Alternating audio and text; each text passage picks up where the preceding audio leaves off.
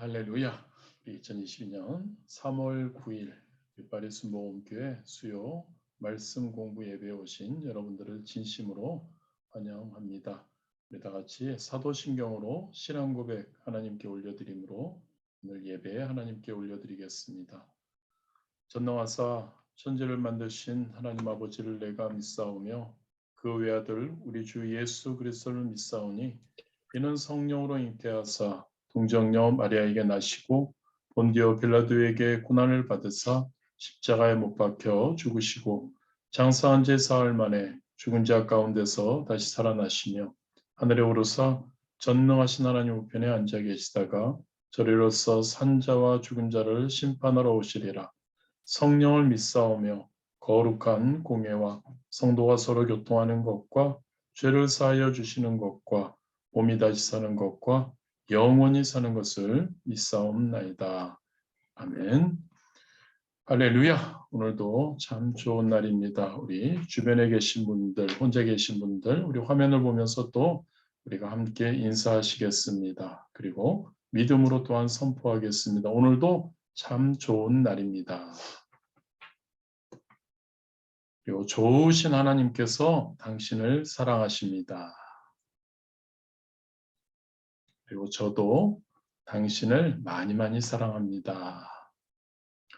할렐루야. 우리 기쁘고 감사한 마음으로 우리 찬송가 우리 하나님께 찬양 올려드리겠습니다. 찬송가 183장입니다.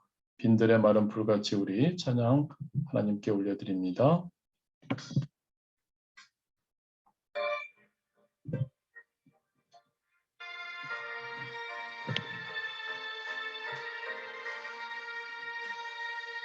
빈들의 마른 불같이 시들은 나의 영혼 주님의 약속한 성령 간절히 기다리네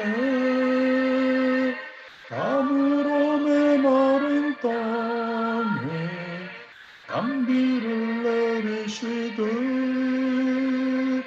성령의 단비를 부어 새 생명 주옵소서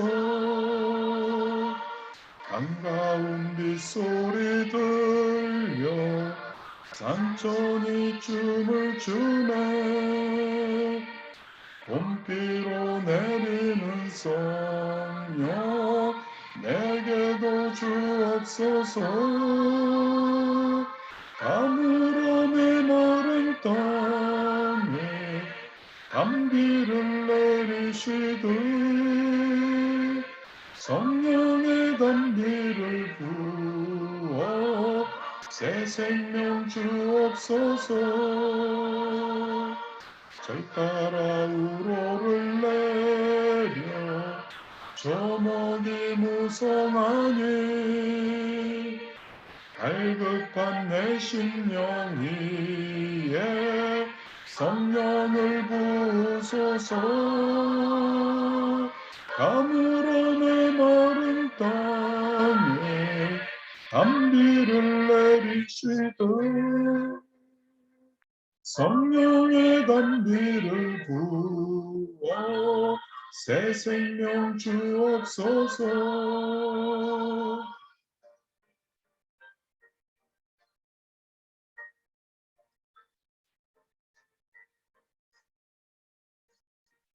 참되신 사랑의 언약 얻을 수 있사오랴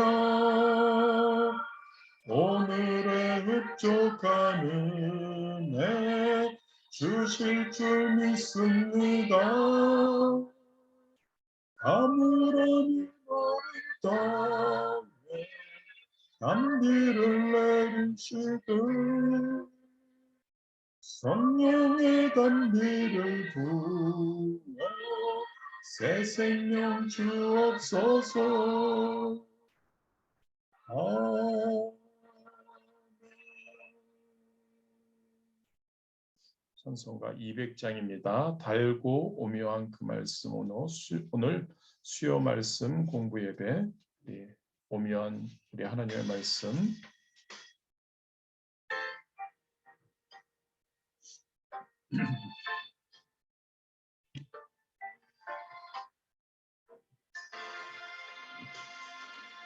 알고 묘한 그 말씀 생명의 말씀을 귀한 그 말씀 진실로 생명의 말씀이 나의 길과 믿음 밝히 보여주니 아름답고 귀한 말씀 생명샘이로다. 아름답고 귀한 말씀 생명샘이로다. 귀한 주님의 말씀은 내 노래 되도다. 모든 사람을 살리는 생명의 말씀을 값도 없이 받아 생명길을 가니 아름답고 귀한 말씀 생명샘이로다.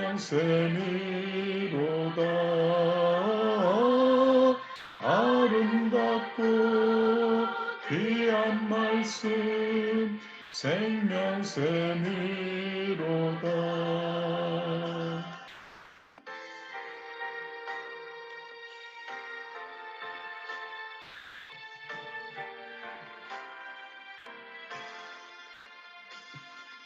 널리 울리어 퍼지는 생명의 말씀은 마음의 용서와 평안을 골고루 주나니 다만 예수 말씀 듣고 복을 받네. 아름답고 귀한 말씀 생명샘이로다.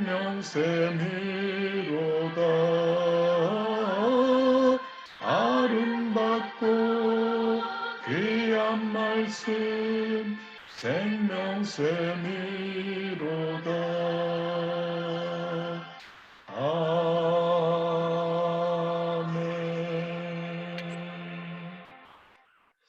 우리 항상 요즘 계속 이번 한 해 동안 우리가 계속 부를 그러한 찬양입니다. 455장입니다. 우리 455장 주님의 마음을 본받는 자 우리 찬양하시겠습니다.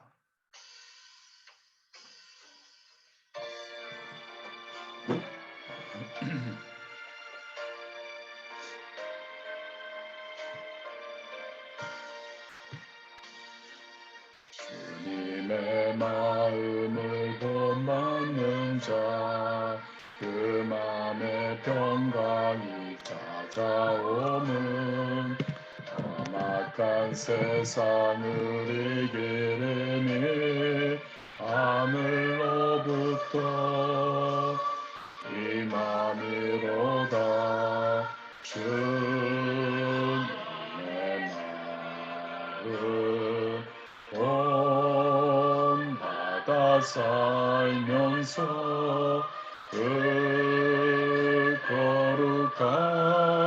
거룩하신 나도 이르리. 주 모습 내 눈에 안 보이며 음성 내 귀에 안 들려도 내 영혼 날마다 주를 만나 신령한 말씀 늘 배우도다. 주님의 마음 살면서 그 거룩하신 나도 이루리. 나는 길고 즐거 험하여도 내 맘에 불평이 없어짐은 십자가 고난을 이겨내실 주님의 마음 본받음이라. 주님의 마음 본받아 살면서 그 거룩하신 나도 이루리.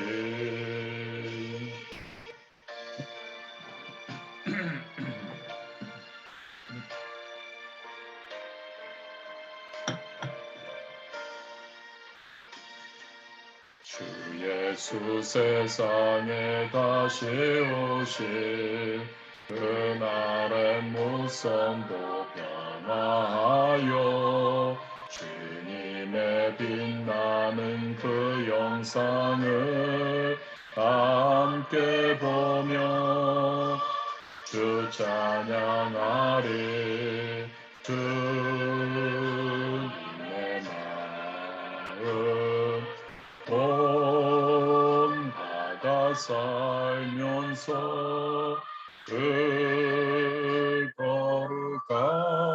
거룩하신 나도 이루리. 아멘. 말씀으로 우리가 항상 충만하고 기도로 충만해서 우리 주님의 마음, 예수님의 그 거룩하신 우리가 본받아 우리가 이 땅에서 사랑하는 우리 그리고 저 천국까지 우리 함께 가는 우리 되기를 진심으로 소원합니다. 우리 말씀 함께 읽고 나아가기에 앞서서 우리가 먼저 기도하기 원합니다. 성령님, 우리와 함께하여 주셔서 오늘 또 이렇게 하나님의 말씀을 좀 더 잘 이해하기 위해서 우리가 이 교재를 읽어 나갈 때, 이 책을 읽어 나갈 때 하나님 우리에게 놀라운 깨달음을 주시고 이 깨달음을 통해서 더욱더 우리 하나님의 말씀을 더 잘 이해하고 또한 그것을 잘 행할 수 있는 그런 우리 될 수 있도록 우리가 이 말씀 잘 이해할 수 있도록 우리 성령님께 우리 간절히 기도하기 원합니다. 우리 주님 이름 한번 부르시고 기도하시겠습니다. 주여, 아버지 하나님 감사합니다. 오늘도 귀한 시간 우리에게 허락하여 주심에 감사드립니다. 하나님과 약속과 주여 말씀 공부 예배, 하나님과 하나님을 만나는 하나님의 말씀을 더 잘 이해하기 위해 우리가 함께 하나님께 예배드리는 귀한 시간입니다. 아버지 하나님, 우리가 하나님 찬양했습니다. 하나님의 마음을, 예수님의 마음을 더욱더 하나님 닮아가는, 품는, 그래서 예수님의 그 거룩하신 그러한 행함을 우리 또한 본받기 위해 아버지 하나님의 말씀을 더 잘 알아가기 위해 우리가 함께 예배해야 합니다. 아버지 하나님 말씀을 우리가 읽고 함께 나아갈 때 또한 이 책을 또한 읽어나가며 하나님의 놀라운 뜻을 더 하나님 우리가 그동안 알지 못했던 그동안 하나님 우리가 어렴풋이 알았던 그러한 하나님의 말씀을 잘 이해하고 하나님 깨닫고 하나님이 의도하는 것을 잘 깨닫고 그것을 통해 더 굳건한 믿음 안에 서서 하나님 예수님을 닮아가는 그런 우리 될 수 있도록 하나님 역사하여 주옵소서. 아버지는 그냥 하나님 습관적으로 드려지는 이 예배가 아니라 온전히 우리 하나님께 온 마음과 온 정성을 다해 드리는 그러한 예배 하나님 될 수 있도록 인도하여 주옵소서. 이해하게 하여 주옵시고 하나님의 이 말씀 하나님 그리고 이 책을 통한 그 제시하는 메시지를 우리가 잘 이해하고 그것을 삶 가운데 또한 행할 수 있는 그런 우리 되도록 인도하여 주옵소서. 우리 한 사람 한 사람에게 성령님 아버지 하나님의 마음을 품게 하여 주옵시고 하나님의 말씀에 대한 사모, 하나님을 사랑하는 그 마음이 넘쳐올 수 있도록 하나님 역사하여 주옵소서. 예배입니다. 이 예배가 하나님이 받아주시는, 하나님이 기뻐하시는 우리의 마음과 정성을 다해 하나님께 올려드리는 예배, 하나님 귀한 예배 될 수 있도록 하나님 우리 귀한 성도님들 한 분 한 분 붙들어 주옵시고 하나님 이해력과 또한 하나님 아버지 하나님의 말씀에 아멘하는 그러한 우리 될 수 있도록 역사하여 주옵소서. 귀한 예배 하나님 되도록 인도하여 주옵소서. 성령님 함께하여 주옵소서. 예수님의 이름으로 기도드렸습니다. 아멘. 할렐루야. 우리 열린다 성경 우리 식물 시리즈를 함께 읽고 우리가 나아가고 있습니다. 그래서 우리 가장 먼저 우리가 챕터 2에서 올리브 나무, 그 전에는 무화과 나무, 그리고 우리 지난주부터 뽕나무에 대해서 우리가 함께 나누고 있습니다. 우리가 뽕나무 중간쯤에 이렇게 와 있는데요. 뽕나무 우리가 이제 삭개오, 우리가 너무나 잘 아는 이야기죠. 삭개오는 왜 뽕나무에 올라갔을까에 대해서 지난주에 우리가 함께 읽으며 나누었습니다. 삭개오가 있었던 여리고는 원래 종려나무, 야자나무가 굉장히 많았던 곳인데 그런데 왜 더 높고 더 예수님을 더 잘 볼 수 있었던 그 삭개오, 예수님은 그렇게 보기를 원했던 삭개오, 왜 종려나무에 올라가지 않고 뽕나무에 올라갔을까? 더 낮고 한 곳에 그것에 대해서 우리가 함께 지난주에 나누었습니다. 뽕나무는 우리 목자들이 건기 때 광야에서 뭐라고 할 거야 양들을 치고 목양을 했기 때문에 건기 때는 광야에 아무것도 풀도 없기 때문에 그들이 이렇게 뭐라고 할까요 이 도시로 이렇게 여리고로 돌아와서 그곳에서 그들이 했던 일이 뽕나무를 배양하는 거였죠. 그러니까 뽕나무의 그 열매들에 일일이 올라가서 열매 하나하나에 이렇게 바늘로 구멍을 내서 거기에 올리브 기름을 발라줌으로 그 열매들이 달게 되는 그러한 일들을 목자들이 했었습니다. 그래서 이 당시에 삭개오가 예수님을 볼 당시에 바로 삭개오, 너무나 유명 인사였죠. 여리고에서. 그런데 유명 인사였음에도 어떠한 체면을 지키기 위해 본인이 그러한 이제 목자들처럼 뽕나무에 올라가서 배양하는 것처럼 보이기 위해서 뽕나무에 올라갔다라고 이렇게 우리가 함께 지난주에 나누었습니다. 그래서 이제 부익부를 상징하는 삭개오, 예수님을 만나려고 천한 목자들이 오르내리던 비닉빈의 상징 뽕나무에 올라간 이야기. 그래서 많은 의미를 우리에게 준다라고 함께 나누었습니다. 그리고 다윗 시대의 기근과 뽕나무의 넷제르 아시죠? 여러분 뿌리에서부터 올라오는 이러한 이제 가지이죠. 우리가 뽕나무, 올리브나무, 넷제르를 우리가 함께 나누었는데요. 뽕나무의 넷제르는 올리브나무의 넷제르와는 다르게 자르면 더 이상 자라지 않는 그러한 바로 죽는 뽕나무의 넷제르.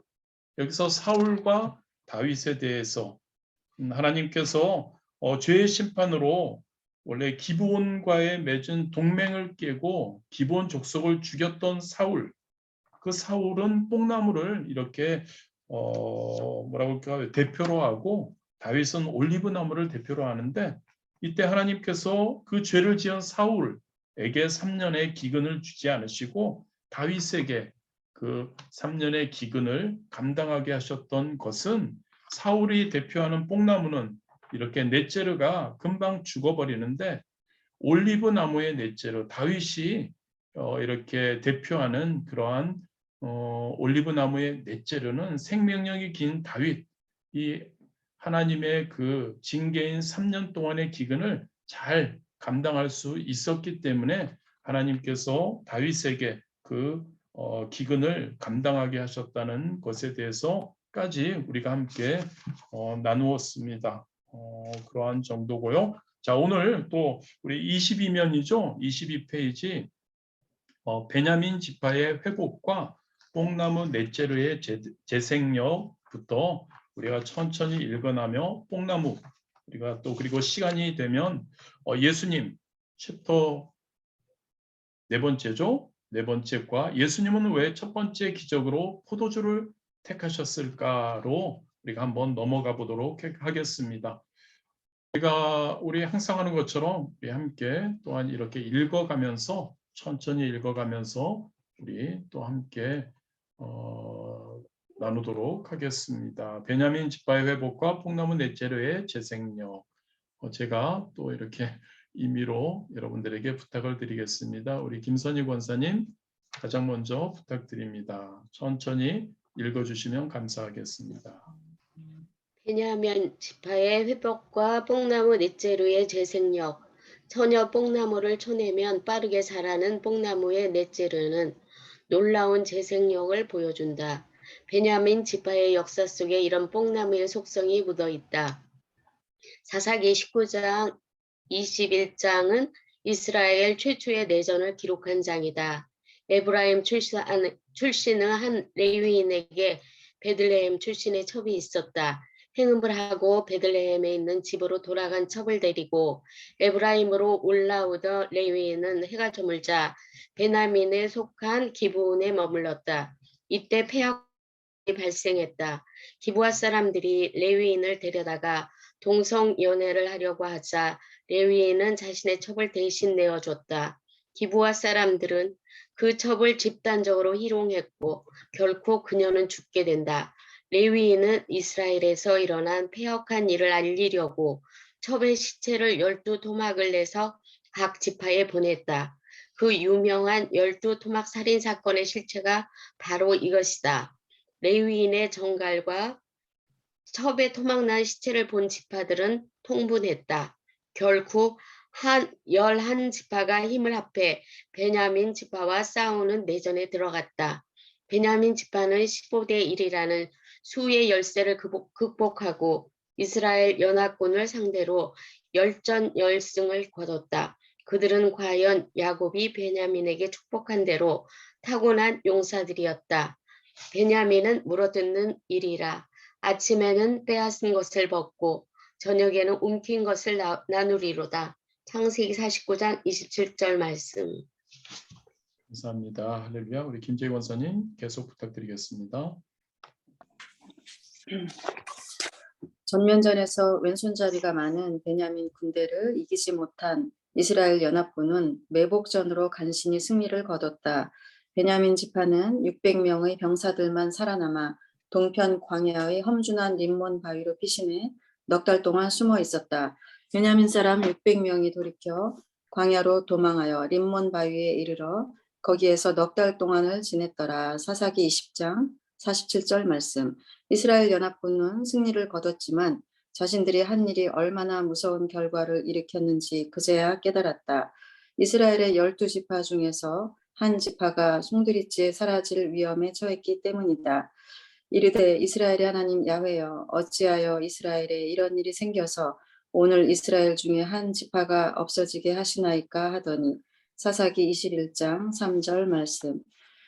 결국 연합군은 림몬 바위에 숨어 있는 600명의 베냐민 지파와 화친 조약을 맺었다. 그런데 그 후에 놀라운 일이 발생한 것이다. 사사기 말기에 600명에서 출발한 베냐민 지파가 100년도 채 지나지 않은 사무엘 시대에 이스라엘 초대왕 사울을 배출한 것이다. 베냐민 지파는 멸족의 위기에서 간신히 생존한 이스라엘에서 너무도 작고 미천한 지파가 아니었던가. 사무엘이 사울을 왕으로 세우려 할 때 사울이 했던 대답을 이해할 수 있겠는가? 사울이 대답하여 이르되 나는 이스라엘 지파의 가장 작은 지파 베냐민 사람이 아니니까 또 나의 가족은 베냐민 지파 모든 가족 중에 가장 미약하지 아니하니까 당신이 어찌하여 내게 이같이 말씀하시나이까 하니 사무엘상 9장 21절 말씀. 놀랍게 빠른 속도로 회복한 베냐민 지파의 재생력은 가히 뽕나무의 넷제리에 견줄 수 있지 않을까. 아멘. 할렐루야. 그렇습니다. 뽕나무 그 넷제르, 뽕나무, 넷제르가 그거라고 말씀드렸죠. 이제 뿌리에서 이렇게 나오는 가지들, 이 재생력이 엄청나다는 그러한 것을 이야기해주고 있고, 또한 그것이 베냐민 지파가 회복하는 것과 서로 이렇게 연계해서 이야기를 하고 있습니다. 그래서 이러한 사건이죠. 이 사건, 그 레위인 그리고 첫 그 했던 사건, 그리고 첫 번째 내전, 이스라엘 다른 족속들과 베냐민 지파, 다른 지파와 베냐민 지파의 그 전쟁을 통해서 진짜 600명의 그러한 병사들만 살아남아서 그렇게 미쳐냈던, 그래서 사울 본인이 얘기할 때 이스라엘 지파의 가장 작은 지파 베냐민 사람이라고, 그 중에서도 가장 미약하다고 자신을 이렇게 소개하고 있는 것, 우리가 이해가 되는 것 같습니다. 베냐민 지파가 이스라엘 지파의 가장 작은 지파, 이런 이유 때문에 그렇게 우리가 알 수 있는 것 같습니다. 그리고 그 빠른 회복을 통한 그러한 뽕나무 넷제르. 자, 그 다음에 다윗의 블레셋 침략 작전, 뽕나무 꼭대기에서 걸음 걷는 소리가 들리거든. 우리 박봉래 권사님 감사합니다. 이스라엘 골짜기에서 있었던 블레셋과의 전투에서 사울이 죽자 그의 아들 이스보셋은 요단강 동편에 있는 마하나임에서 이스라엘을 다스렸다. 한편 다윗은 가드 왕 아기스의 승인 아래 헤브론에서 7년 동안 유다의 왕으로 통치했다. 이때 짧지만 남북 분열의 기간이 있었다. 다윗은 마하나임을 흡수하고 여부수 예루살렘을 점령해 통일 이스라엘의 수도로 삼았다. 이때부터 블레셋이 이혼 침략이 있었다. 가드 왕 아기스는 다윗이 자신의 통제를 벗어난 것을 알아채고 통일 이스라엘의 잠재력이 커지기 전에 미온의 싹을 자르려고 했을 것이다. 블레셋 사람들이 다시 올라와서 르바임 골짜기에 가득한지라. 사무엘하 5장 22절 말씀. 할렐루야. 옆에 김연아 목사님 감사합니다. 사무엘서 저자는 두 번에 걸친 블레셋의 예루살렘 침공을 기록하고 있다. 르바임 골짜기는 예루살렘 바로 남쪽에 있는 골짜기다. 이 말은 곧 블레셋이 다윗의 코앞까지 이르렀다는 뜻이다. 이때 다윗이 다스리는 이스라엘은 두 번의 블레셋 공격을 물리침으로써 근동의 대제국으로 성장하게 된다. 짧은 블레셋 제국의 시대가 끝나고 다윗을 주인공으로 하는 이스라엘 제국 시대가 열린 것이다. 그런데 두 번째 블레셋 전투 때 하나님이 주신 전략이 재미있다. 뽕나무 꼭대기에서 걸음 걷는 소리가 들리거든 곧 공격하라. 그때에 야훼가 너보다 앞서 나아가서 블레셋 군대를 치리라 하신지라. 사무엘하 5장 24절 말씀. 아멘. 할렐루야. 감사합니다. 우리 김정숙 권사님 감사합니다.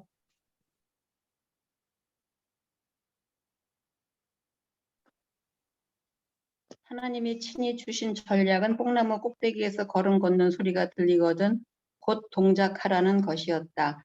이 말씀은 블레셋이 예루살렘이 있는 산지 아래까지 쳐들어왔는데 실제 전투는 블레셋이 올라온 평지에서 벌어진 것을 뜻한다. 하나님은 평지로 내려가서 블레셋의 후미를 치도록 친히 작전 명령을 내리신 것이다. 뽕나무가 예루살렘 같은 산지에서는 도저히 자랄 수 없는 나무라는 것을 모른다면 이 작전의 의미를 어떻게 이해할 수 있겠는가? 뽕나무의 특징은 산지와 평지에 구분 없이 어디서나 잘 자라는 올리브 나무와 달리 산지에서는 자라지 못하고 평지에서만 자란다는 것이다. 이러한 뽕나무의 특징을 알면 솔로몬 시대에 은을 돌같이 흔하게 레바논의 백향목을 평지에 뽕나무같이 많게 했다는 표현을 이해할 수 있을 것이다. 왕이 예루살렘에서 은을 돌같이 흔하게 하고 백향목을 평지에 뽕나무같이 많게 하였더라. 열왕기상 10장 27절 말씀. 할렐루야. 우리 여기서 이제 또 설명하고 있는 우리 성경에 나오는 여러 가지 뽕나무에 대한 이야기를 좀 더 잘 이해를 시켜주는 것 같습니다. 뽕나무 꼭대기에서 걸음 걷는 소리가 들리거든 밑에는 곧 동작하라 아니면 곧 공격하라. 뽕나무 자체가 이러한 골짜기에 있는 것이 아니라 평지에 있기 때문에 이러한 말씀은 하나님께서 이스라엘 군대에게 블레셋 군대와 군대를 치는 것을 평지에서 하라는 그러한 작전 명령을 내리신 것이다라는 것으로 우리는 이해할 수 있다는 거죠. 그래서 이 뽕나무의 특징을 알게 되면 뽕나무 꼭대기에서 걸음 걷는 소리가 들리거든 곧 공격하라. 뽕나무에 있는 곳에서 그 블레셋 군대가 이렇게 걸음 걷는 소리, 공격하는 소리가 들리면 거기서 한번 붙어라. 그러한 이야기로 할 수 있는 것 같고요.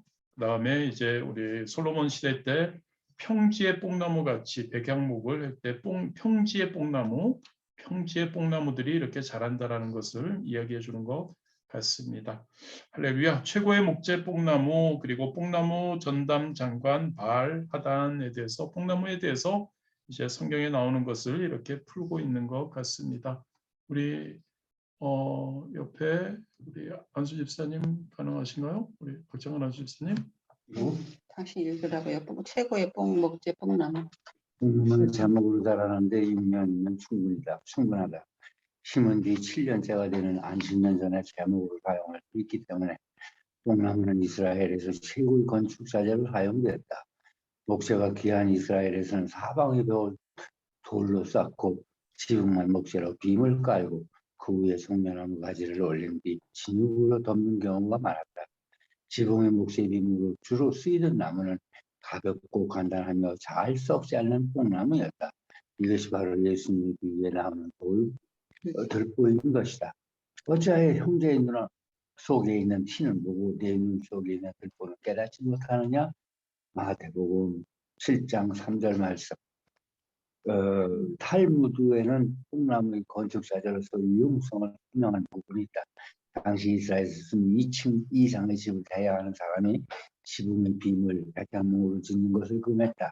만약 백향목으로 지은 집에서 지붕이 무너질 경우 집주인은 뽕나무로 지은 집보다 더 많은 돈을 세입자에게 보상해야 했다. 대부분 백향목이 최고의 목재라고 알고 있지만 이스라엘에서는 뽕나무가 지붕의 빔으로서 안성맞춤이었다.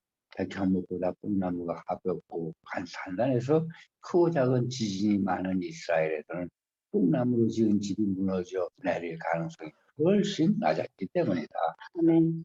할렐루야. 감사합니다. 뽕나무에 대해서 이렇게 설명하고 여기 옆에 그림 이렇게 있죠. 옆에 그림이 바로 이스라엘의 어떠한 보통 집을 이렇게 표현하는 것 같습니다. 여기 나온 것처럼 사방의 벽을 돌로 쌓고 지붕에 바로 보면은 여기에 조금씩 둘, 넷, 6개가 있네요. 이렇게 아마 이게 뽕나무 이런 뽕나무 같습니다. 뽕나무로 이렇게 빔을 깔고 6개를 위에 나무 위에 아니죠. 돌 그렇게 쌓아놓은 그거 위에 이렇게 싹 놓고 그 위에 진흙으로 덮여서 지붕을 만들었다. 그러한 것이라고. 그래서 목재로서 뽕나무가 가볍고 단단해서 최고의 그러한 목재로 이스라엘 이때에 쓰였다라는 것을 우리에게 얘기해주고 있는 것 같습니다.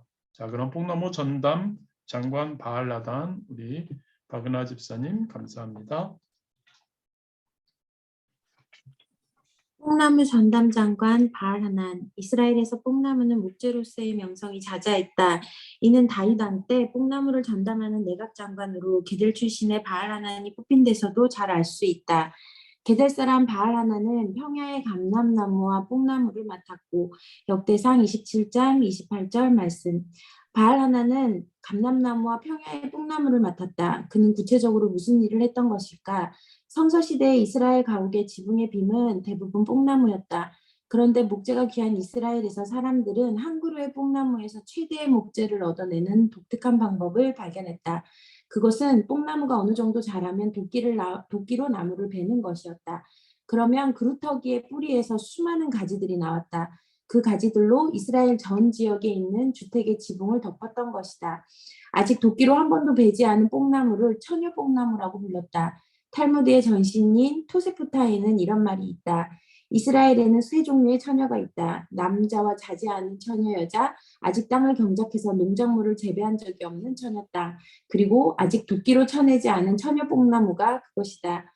바알 하나는 뽕나무를 배양하고 올리브 기름을 발라서 수확하는 일과 함께 처녀 뽕나무를 도끼로 베서 이스라엘 전 지역의 수요를 감당할 최대한의 목재를 얻는 일을 총괄했을 것이다. 아울러 그는 올리브 나무도 맡았다. 올리브 열매의 수확과 네 번에 걸쳐 짜서 정확한 용도에 따라 사용되어야 할 올리브 기름을 책임진 것이다. 이는 당시 이스라엘 사회에서 주북같이 섬세한 리더십이 필요한 직분이었다. 할렐루야. 뽕나무 목재로서 이제 그렇게 중요했고, 그래서 이렇게 장관으로 뽕나무 전담하는 내각 장관도 이렇게 있었다는 그런 내용인 것 같습니다. 또 그림 보시면은 거기에 이제 뽕나무 우리 아까 그 그림보다 좀 더 자세하게 이렇게 나와 있는 것 같습니다.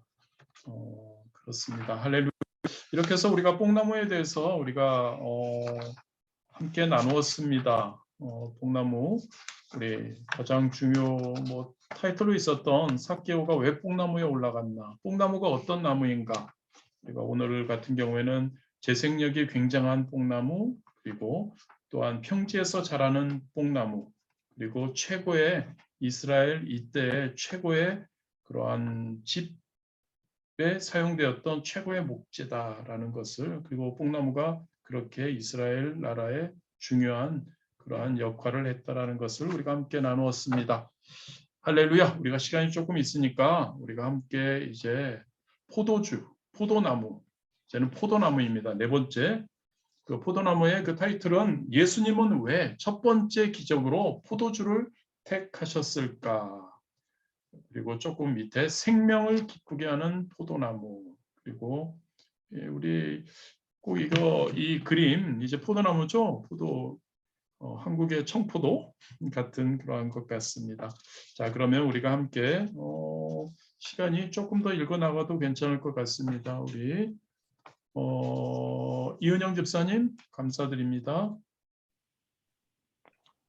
가나의 혼인잔치와 포도주의 기적. 가나의 혼인잔치에서 예수님이 물을 포도주로 변화시키신 기적은 예수님의 공생의 사역에서 첫 번째 기적이었다.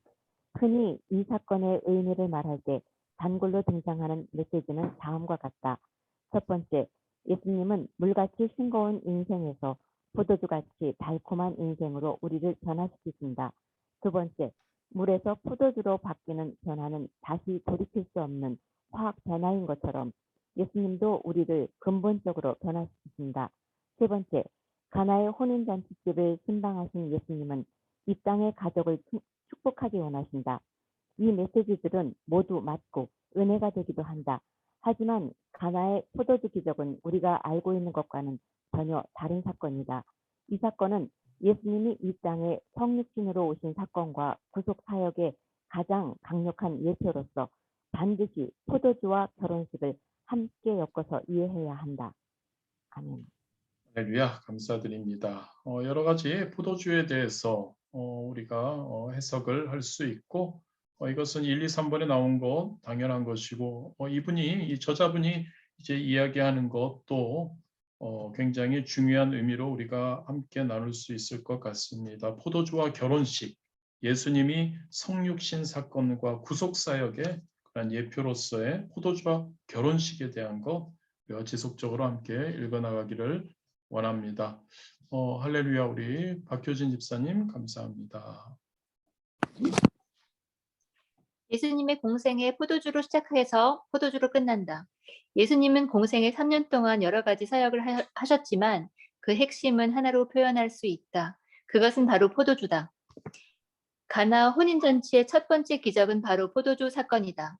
공생의 마지막 날에 있었던 최후의 마찬에서도 포도주가 등장한다.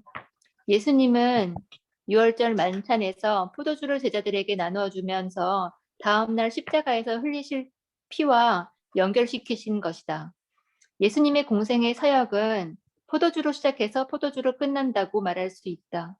이것은 제사함을 얻게 하려고 많은 사람을 위하여 흘리는 바 나의 피 곧 언약의 피니라. 마태복음 26장 28절 말씀.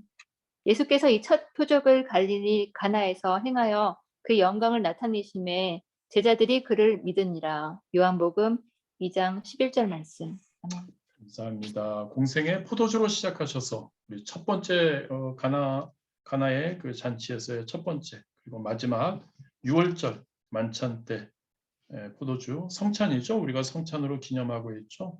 이것에 대한 그래서 처음 그리고 마지막 포도주로 그 사역 이렇게 하셨다는 것을 이야기하고 있습니다. 좀 더 자세히 이분이 이야기하고자 하는 유대인의 결혼식과 포도주를 통해서 우리가 또 예수님의 성육신 사건과 구속 사역에 대해서 우리가 함께 나누기를 원합니다.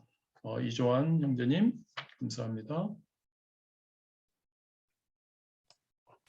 유대인의 결혼식과 포도주. 모든 사건에서 첫 번째 사건은 항상 의미가 있다. 처음 보는 행동으로 한 사람을 50% 정도 평가할 수 있다. 어떤 회사는 면접에서 첫인상에 가장 높은 점수를 주기도 한다. 예수님의 첫 번째 기적인 혼인잔치에서의 포도주 기적도 마찬가지다. 이 사건 속에 예수님이 이 땅에 성육신으로 오신 목적이 50% 이상 드러나 있기 때문이다. 포도주 기적의 의미를 풀어나가는 핵심은 결혼식과 포도주의 관계를 이해하는 데 있다. 먼저 성서시대 유대인들의 결혼 문화를 꼭 알아야 한다. 한 총각이 처녀를 보고 마음에 들면 그는 아버지를 졸라서 잔치 비용을 타낸다. 총각은 이 돈을 가지고 처녀의 집에 가서 잔치를 벌인다.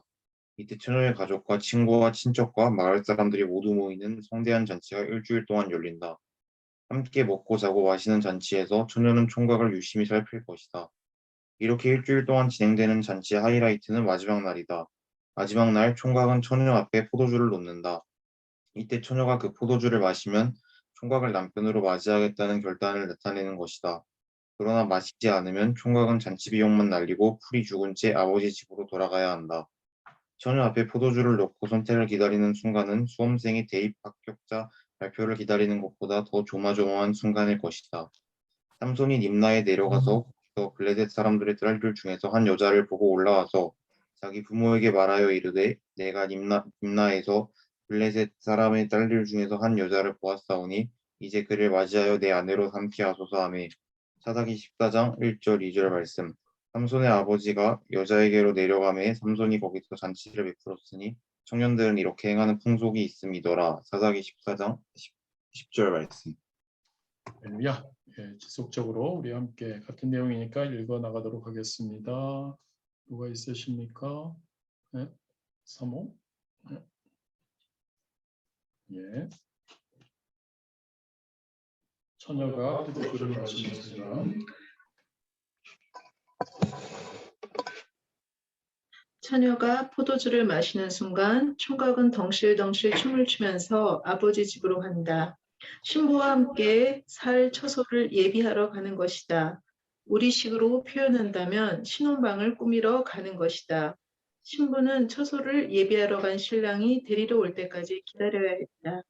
성서시대 이스라엘에서는 신랑과 신부가 일정 기간 떨어져 사는 정혼 기간이 있었다.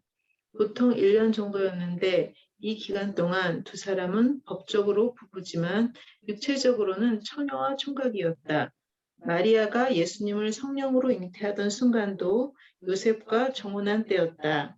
마리아는 법적으로는 요셉의 아내였지만 육체적으로는 남자를 알지 못하는 처녀였던 것이다. 예수 그리스도의 나심은 이러하니라. 그의 어머니 마리아가 요셉과 약혼하고 동거하기 전에 성령으로 잉태된 것이 나타났더니. 마태복음 1장 18절 말씀. 마리아가 천사에게 말하되 나는 남자를 알지 못하니 어찌 이 일이 있으리이까. 누가복음 1장 34절 말씀. 감사합니다. 그렇습니다. 유대인의 결혼식과 포도주 이것을 우리가 아는 것이 굉장히 중요한 것 같습니다. 이거 여러분들 뭐 다 기억하시죠? 총각이 처녀 마음에 들면 잔치 비용을 타서 아버지한테 가서 처녀의 집에서 잔치를 벌리고 일주일 동안, 그리고 그 동안에 잔치 하이라이트는 마지막 날 총각이 처녀 앞에 포도주를 놓고 포도주를 처녀가 마시면 오케이, 마시지 않으면 아니라는 거죠. 그리고 이렇게 해서 처녀가 포도주를 마셔서 이제 정혼하겠다라고 이렇게 허락을 받게 되면 이제 다시 그 남자는 그 총각은 부모네 집으로 돌아가는 것이죠. 가서 신부와 함께할 처소를 이제 준비하는 거죠. 그러한 내용입니다. 이것이 우리가 이제 조만간 함께 읽을 그러한 예수님과 우리와의 그러한 그리스도인들 간의 그러한 관계에 대해서 이야기를 우리가 함께 할 수 있을 것 같습니다. 우리 화면에 보이시는 우리 김원호 집사님, 가능하시면 예수님의 포도주를 받은 그리스도인은 예수님과 정혼한 신부다 부탁드립니다. 예, 유대인의 결혼 풍습을 알고 성경을 읽으면 예수님이 이 땅에 오시고 가나 혼인잔치의 포도주 기적으로 공생의 사역을 시작하시고 최후의 만찬의 포도주 십자가의 보혈로 사역을 마무리하시며 하늘로 승천하시기 전에 초소를 예비하러 간다고 말씀하신 이유가 명쾌하게 보일 것이다. 신랑 예수님은 신부를 찾으려고 잔치를 베풀러 오신 것이다. 당시에 혼인잔치에는 여러 음식이 있었지만 하이라이트는 마지막 날 처녀 앞에 놓은 포도주였다. 예수님은 이 땅에서 말씀을 가르치시고 병자를 고쳐주시고 귀신을 쫓아내 주시는 등 여러 가지 사역을 하셨다. 그러나 이 모든 것은 잔치의 사이드 메뉴일 뿐이다. 메인 메뉴는 예수님이 마지막 순간에 십자가에서 흘리신 보혈이다. 예수님은 최후 만찬에서 제자들에게 포도주를 나눠주면서 다음날 십자가에서 흘리실 피의 의미를 포도주와 연결해 들려주셨다. 이는 예수님이 직접 하신 말씀이기 때문에 다른 논란이 있을 수 없다. 가라사대 이것은 많은 사람을 위하여 흘리는 바 나의 피 곧 언약의 피니라. 진실로 너희에게 이르노니 내가 포도나무에서 난 것을 하나님 나라에서 새 것으로 마시는 날까지 다시 마시지 아니하리라 하시니라. 마가복음 14장 24절에서 25절. 그리스도인은 예수님의 피, 즉 예수님이 베푼 결혼잔치의 포도주를 마심으로써 그리스도와 정혼한 신부가 되었다. 예수님의 사역은 이로써 종결된 것이다. 마지막 유월절에 예수님은 자신의 죽음을 말씀하셨다. 그러자 제자들은 근심이 가득한 채로 예수님을 말렸다. 가지마오 가지마오 날 두고 가지마오라고 매달리는 제자들에게 예수님은 이렇게 말씀하셨다. 내가 너희를 위하여 초소를 예비하러 가노니. 유대인들은 초소를 예비한다는 표현이 결혼식과 관련된 표현임을 바로 알 것이다. 안타깝게도 한국 성도들은 그렇지 못하다. 하늘에 계신 예수님은 지금도 신부인 우리와 함께 살 초소를 예비하고 계신다. 내 아버지 집에 거할 곳이 많도다. 그렇지 않으면 너희에게 일렀으리라. 내가 너희를 위하여 초소를 예비하러 가노니 가서 너희를 위하여 초소를 예비하면 내가 다시 와서 너희를 내게로 영접하여 나 있는 곳에 너희도 있게 하리라. 요한복음 14장 2절 3절. 할렐루야, 감사합니다. 여기서 분명히 예수님, 이제 우리 예수님의 구속사를 이렇게 총각과 그리고 처녀의 결혼식, 포도주에 대해서 말씀을 하고 있습니다. 예수님, 신랑이신 예수님, 우리가 이야기하죠. 우리는 예수님의 신부라고 하죠. 우리를 찾으러 이 땅에 오셨죠. 그래서 그곳에서 우리 아까 결혼식, 유대 결혼식에서 우리가 함께 살펴본 것처럼 하이라이트, 처녀 앞에 놓인 포도주, 그것을 마시느냐 안 마시느냐에 따라서 이제 신부가 될 것이다, 안 될 것이다를 하는 것처럼 예수님의 마지막 순간에 흘리신 보혈의 십자가의 보혈, 그것을 우리가 마시느냐, 즉 성찬이죠, 성찬. 그리고 그 예수님의 보혈을 우리가 인정하느냐, 그것에 따라서 우리는 예수님과 하나가 되는, 부부가 되는, 정혼하게 되는 그러한 것이라는 거죠. 그리고 그 예수님과 정혼한 우리를 위해서 우리 신랑이 아버지의 집으로 가서 거기서 거할 처소를 1년 동안 준비하는 것처럼 예수님도 지금 너희를 위해서 처소를 예비하러 간다라고 해서 지금 하나님 아버지 옆에서 지금 앞으로도 나오겠지만 지금 그 우리와 함께할 처소를 준비하고 계시다라는 그러한 내용입니다. 자, 이 마지막 하나 더 우리가 읽도록 양정희 집사님 가능하시면 마지막 이 하나 더 어린 양의 혼인잔치 좀 부탁드리겠습니다. 어린 양의 혼인잔치. 우리는 예수님이 십자가에서 죽으시고 3일 만에 부활하여 승천하시고 하나님 보좌 우편에 앉아 계신다고 말한다. 유대인들의 결혼식과 관련된 표현을 빌리면 이 땅에 신부를 모으러 오셔서 잔치를 베푸시고 특별히 마지막 날에 포도주를 준비해 놓으시고 처소를 예비하러 아버지 집으로 돌아가셨다고 말할 수 있다. 예수님은 하나님 보좌 우편에 앉아서 가만히 쉬고 계신 것이 아니다. 아버지 집은 너무 넓어서 갈 곳이 많다고 하셨다. 혹시 지평수가 적어서 내가 들어갈 방이 없을까 봐 걱정하지 않아도 된다. 예수님이 친히 내 아버지 집에 갈 곳이 많도다라고 말씀하셨기 때문이다. 처소를 예비하러 가신 예수님은 포도주를 마시고 예수님과 정혼한 신부가 된 그리스도인들을 홀로 내버려 두지 않으신다. 보혜사 성령님을 보내서 돌보도록 하신다. 처소를 예비하러 올라가신 예수님은 처소를 다 예비한 뒤에 반드시 신부로 찾으러 오실 것이다. 정혼식만으로 아직 결혼식이 끝난 것이 아니기 때문이다. 예수님이 오시는 날이 바로 정혼한 신부인 모든 그리스도인들이 신랑 되신 그분과 결혼식을 하는 날이다. 모든 그리스도인들이 합동 결혼식을 올리는 그날이 바로 어린 양의 혼인 잔치날이 되는 것이다. 천사가 내게 말하기를 기록하라. 어린 양의 혼인 잔치에 청함을 받은 자들은 복이 있도다 하고 또 내게 말하되 이것은 하나님의 참되신 말씀이라 하기로.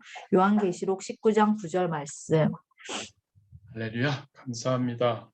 좋으시죠, 여러분? 좀 더 잘 유대인의 그 전통적인 그 결혼식을 통해서 우리 예수님께서 우리 잘 솔직히 그냥 이해는 했지만 그렇게 막 와닿지는 않았던 것 같습니다. 그런데 유대인들의 전통적인 그 결혼식, 그 신랑과 신부의 그 관계, 이거를 우리가 정확히 머리에 넣으니까 예수님께서 우리 지금 정원에 있습니다.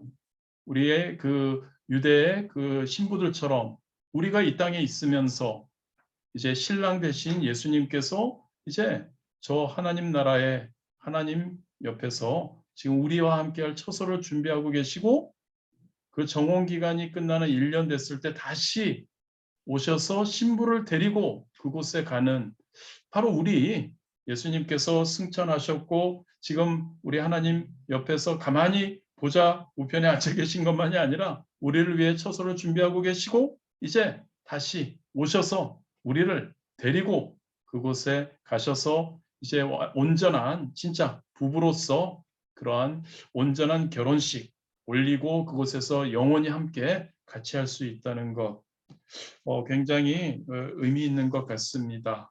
예수님의 첫 번째 기적, 포도주. 이 포도주에 대해서 우리가 함께 했습니다. 할렐루야. 오늘은 우리가 여기까지 하도록 하겠습니다. 혹시 궁금하신 거나 또 덧붙이고 싶은 말씀 있으시면 함께 나누었으면 좋겠습니다. 또 하시면서 또 크게 와닿은 것이나 은혜 받은 것 있으시면 함께 나누어 주시면 감사하겠습니다.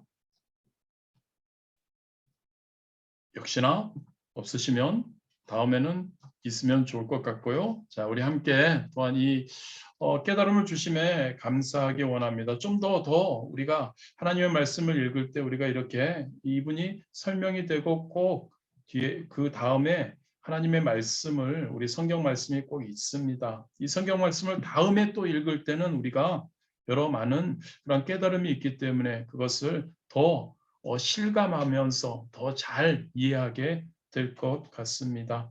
예수님의 그 유대인들의 그 결혼식, 그거를 다시 한번 우리가 생각하며 우리 예수님께서 다시 우리를 참 얼마나 감사한가요? 그 예수님의 흘리신 보혈의 피만 우리가 오케이 하고 신랑으로 받아들이기만 하면 이제 정혼하게 되는 거죠. 그게 믿음이죠. 예수님의 보혈의 피. 그래서 성찬이 우리 기독교인들에게 굉장히 소중하고 중요한 것이죠. 그리고 정원 관계에 우리는 있고 이제 우리 예수님께서 다시 오셔서 우리를 데리고 가실 때까지 기다리는 우리. 그래서 참 이러한 의미를 깨닫는 것이 감사한 것 같고요. 그래서 우리가 진짜 이 정원 관계. 여기서 보면은 그 예수님의 어머니 마리아가 이 정혼 기간 동안에 떨어져 있었지만 이제 우리 성령님께서 잉태하게 하셨고 이렇게 했듯이 또 우리 예수님께서는 우리를 특별히 사랑하셔서 우리에게 보혜사 성령님을 보내주셔서 지속적으로 이 정혼 기간 동안에도 우리를 내버려 두지 않으시고 계속 도와주고 계신다는 것. 그래서 우리가 더 감사하기 원하고요. 그래서 우리가 또 성령 충만 더 해야 될 것 같고요. 그런 우리가 될 수 있도록 우리가 함께 기도하기를 원합니다.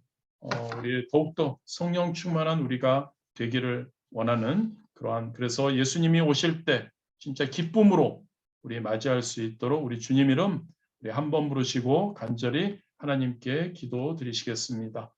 주여, 아버지 감사합니다. 오늘도 하나님 이렇게 하나님 뽕나무의 마지막 진짜 뽕나무의 재생력, 그리고 뽕나무가 유대 나라에 너무나 소중한 목재로 쓰였음을 우리가 또한 함께 나누었습니다. 특별히 오늘 또한 포도나무에 대해서, 포도주에 대해서 유대인들의 그 결혼, 그 전통적인 결혼 그것을 그 예식을 우리가 다시 한번 생각하며 우리 예수님께서 신랑 되셔서 신부인 우리를 이렇게 데리러 우리와 함께 청혼하고 하나님 그렇게 우리를 신부로 삼아 주심에 대해서 우리가 함께 나누었습니다. 아버지 하나님, 우리 더욱더 하나님 아버지 그 신랑 되신 그분에게 우리가 그 제시했던 그 포도주 그것을 마셨던 것처럼 우리 예수님 우리에게 주시는 말씀과 그 예수님에 대한 믿음을 가지고 이 땅에서 살도록 인도하여 주옵소서. 우리에게 성령님을 주셔서 성령님이 우리와 함께 하시며 우리를 도와주신다고 하셨으니 그 성령님을 의지하며 성령 충만하며 성령님을 인정하고 환영하고 모셔드리고 성령님에게 의지하며 우리가 나아가기를 소원합니다. 아버지 하나님, 성령 충만할 수 있도록 성령님 우리와 함께하여 주옵시고 우리에게 놀라운 은혜를 부어 주시옵소서. 그리하여 성령 충만하여서 이 정원 기간에 우리가 진짜 하나님 신부로서 잘 준비되어 우리 다시 예수님께서 우리를 데리러 진짜 온전한 최고의 결혼식을 이루고 함께 살아가기 위해 우리를 데리러 오실 때까지 진짜 거룩함으로 예수 그리스도의 거룩함을 행함으로 잘 준비되어서 온전한 신부로 우리 예수님과 함께 하나님 아버지 나아갈 수 있도록 인도하여 주옵소서. 우리 한 분 한 분을 붙들어 주옵시고 그래서 하나님 우리가 거룩함을 위해서 거룩함을 추구하며 몸부림치며 나가는 성도 신부가 되어야 할 줄 믿습니다. 항상 우리와 함께하여 주옵소서. 예수님의 이름으로 기도드렸습니다. 좋으신 하나님 감사합니다. 신부가 되는 것이 얼마나 좋은 것인지요. 우리 예수님의 그것도 신부. 지금은 우리가 정혼 기간입니다. 하나님, 이제 정혼 기간이 끝나면 우리 예수님께서 우리를 데리러 지금은 하나님 보좌 옆에 하늘나라에서 우리의 처소를 우리 예수님과 함께할 우리의 신랑 예수님과 함께할 처소를 준비하고 계시고 우리를 데리러 오실 것. 그 정혼 기간 동안에 우리가 이 땅에서의 삶, 성도로서의 삶이 어떠해야 할지를 다시 한번 생각해 봅니다. 성도로서의 삶, 신부로서의 삶, 진짜 거룩하고 깨끗한 온전한 신부가 되어야 함을 우리가 기억합니다. 그러한 신부가 되기를 원합니다. 우리 신랑을 포도주를 마심으로 신랑됨을 아니 신부됨을 우리 예수님의 신부됨을 우리가 인정했고 우리가 그렇게 하겠다고 결단했기에 그 청혼 기간 동안 진짜 깨끗하고 거룩한 신부들이 될 수 있도록 인도하여 주옵소서. 너무나 감사하게 우리를 그냥 홀로 내버려 두지 않으시고 알아서 하라는 것이 아니라 우리 보혜사 성령님을 우리에게 보내주셔서 우리가 그 거룩함을 잘 준비하는 그러한 기간 우리에게 허락해 주셨습니다. 더욱더 성령 충만한 우리 귀한 파리수목교회 성도님들 되게 하여 주옵시고 더 성령 충만하여서 더 잘 준비되고 더 깨끗하고 더 거룩한 그러한 성도 그리스도인들 되도록 하나님 축복하여 주옵소서. 그래서 이번 한 해 동안 진짜 우리가 새 사람을 입자라는 그러한 표를 가지고 나아갑니다. 예수 그리스도의 거룩함을 이 땅 가운데도 나타내고 우리가 거룩해져서 준비되어서 우리 예수님께서 우리를 찾으러 오실 때 기쁨으로 우리가 갈 수 있게 되기를 원합니다. 그러한 우리 성도님들 한 분 한 분 되도록 축복하여 주옵소서. 말씀, 기도, 사랑으로 충만하고 말씀, 기도, 사랑을 통해서 더욱더 성령 충만한 우리 귀한 성도님들 되도록 축복하여 주옵소서. 예수님의 이름으로 기도드렸습니다. 아멘. 하늘에 계신 우리 아버지여, 이름이 거룩히 여김을 받으시오며 나라가 임하시오며 뜻이 하늘에서 이루어진 것 같이 땅에서도 이루어지이다. 오늘 우리에게 영원 양식을 주시옵고 우리가 우리에게 죄 지은 자를 사하여 준 것 같이 우리 죄를 사하여 주시옵고 우리를 시험에 들게 하지 마시옵고 다만 악에서 구하시옵소서. 나라와 권세와 영광이 아버지께 영원히 있사옵나이다. 아멘. 할렐루야. 우리 하나님께 다 같이 영광의 박수 올려드리시겠습니다. 할렐루야. 승리하셨습니다. 우리 마이크 음소거들 제거해 주시고 또 우리 함께 교제해 주시면 좋을 것 같습니다. 수고하셨습니다. 수고하셨습니다. 수고하셨습니다. 목사님. 감사합니다. 안녕히 계세요. 수고하셨습니다. 안녕히 주무세요. 아, 오늘 포도주 한 잔 먹고 자야 되겠네. 포도주 얘기 너무 많이. 어이, 안녕히 계세요. 어이, 너무 하지 마십시오. 제 포도주인지 먼저 확인한 다음에. 샬롬. 안녕히 주무세요.